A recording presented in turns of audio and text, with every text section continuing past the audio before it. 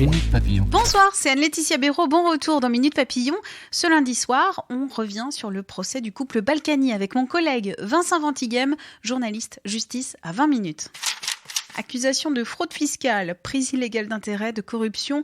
Les Balkany devant la justice, ils sont accusés d'avoir dissimulé au fisc 13 millions d'euros.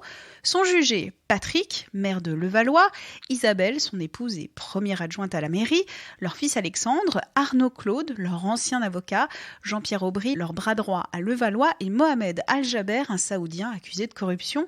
Cet après-midi, ambiance de guérilla procédurale avec des demandes des avocats de renvoi et de récusation du juge. Pour mieux comprendre ce procès, mon collègue Vincent Ventighem revient sur ce dossier.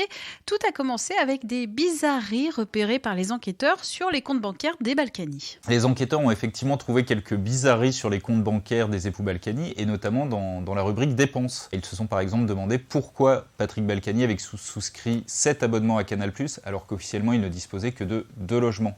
L'un à Giverny dans l'Eure et l'autre à Levallois-Perret dans sa ville des Hauts-de-Seine. Les enquêteurs se sont aussi beaucoup intéressés à l'année 2012. C'est une année où les époux Balkany ont versé plus de 193 000 euros de salaire à leurs différents employés de maison, alors qu'officiellement, ils n'ont touché cette année-là que 143 000 euros de revenus. Autre interrogation pour les enquêteurs, celle du riad de Marrakech.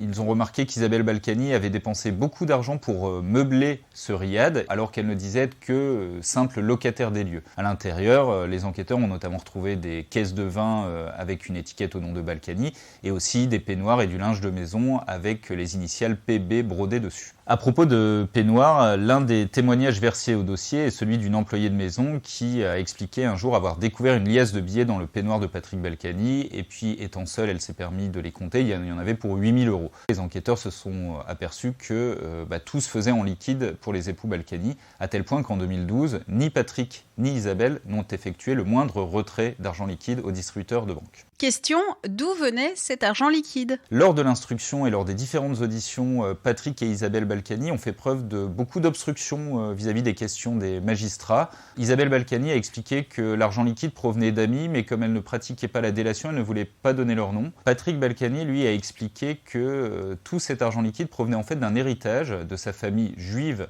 commerçante, ce qu'il a lui-même expliqué, et qu'il avait un matelas qui aujourd'hui est épuisé. Les enquêteurs en doutent, ils pensent au contraire que cet argent venait en réalité de commissions occultes versées en marge des contrats, des appels d'offres publics passés dans les Hauts-de-Seine. Et ça va être tout l'enjeu de ce procès qui doit donc durer 6 semaines. Les époux Balkany, Patrick et Isabelle encourent tous deux une peine de 10 ans de prison. Merci Vincent Ventighem, journaliste justice à 20 minutes. Minute Papillon, le flash d'actu revient demain, 12h20.